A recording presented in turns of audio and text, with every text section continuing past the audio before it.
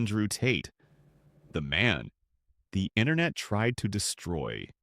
They banned him. They tried to silence him. They arrested him, but they failed. Because Andrew Tate is not just a man, he is an idea. And ideas are not easily erased. This is not a motivational story. This is not a success story either. This is one of the biggest internet wars of the modern age. This is the story of Andrew Tate. Andrew Tate was born in 1986 in Washington, D.C. His father, Emory Tate, was a chess genius. Smart, obsessive, cold. He believed intelligence was a weapon and weakness was unforgivable. His mother wanted a quieter life. The family fell apart. Andrew and his brother Tristan moved to England with their mother. And it was right there that Andrew Tate began to take shape. His childhood was not easy. He had no money, no luxury, no sense of security. But there was one thought in Andrew's mind: I will not be weak.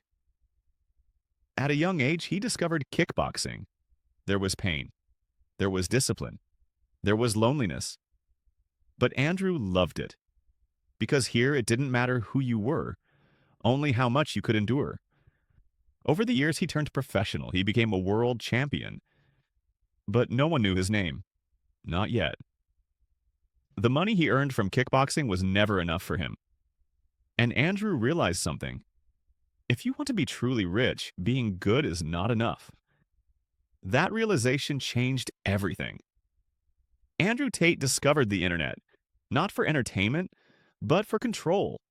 He built online business models, the webcam industry, digital systems. He learned how money really works, and the money started to flow. Then he entered social media. Andrew Tate created a character. Luxury cars, private jets, mansions, watches.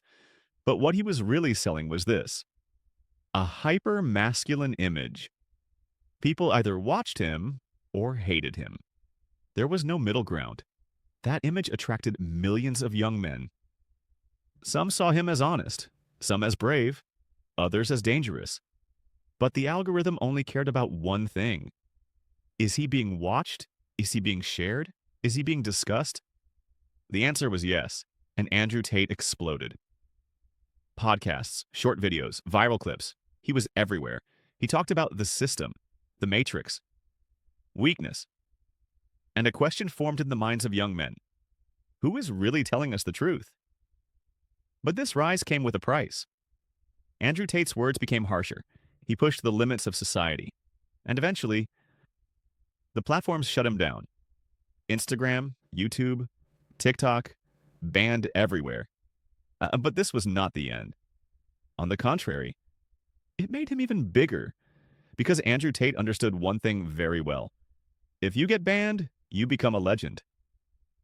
Then things became even more complicated. He was arrested in Romania, human trafficking allegations, charges of unlawful detention. The world split in two. Some said, finally, justice. Others said, this is a setup. Andrew Tate, as always, kept talking. I am innocent. The system wants to silence me.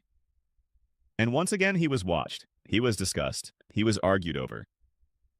Is Andrew Tate guilty today? It has not been proven. Is he innocent? That will be decided by the courts. But his impact, that is undeniable. Is Andrew Tate a man? Yes. A business model? Absolutely. A character? Most likely. His story shows us one thing. In this era, being right is not what matters most. Being visible is. Those who stay silent disappear. Those who make noise win. You don't have to like Andrew Tate, but you can't ignore him. Because in this age, it's not the most dangerous people who shape the world. It's the most watched ones. This was the story of Andrew Tate, and this story is not over yet. Andrew Tate is not just the mirror of a man. He is the mirror of an era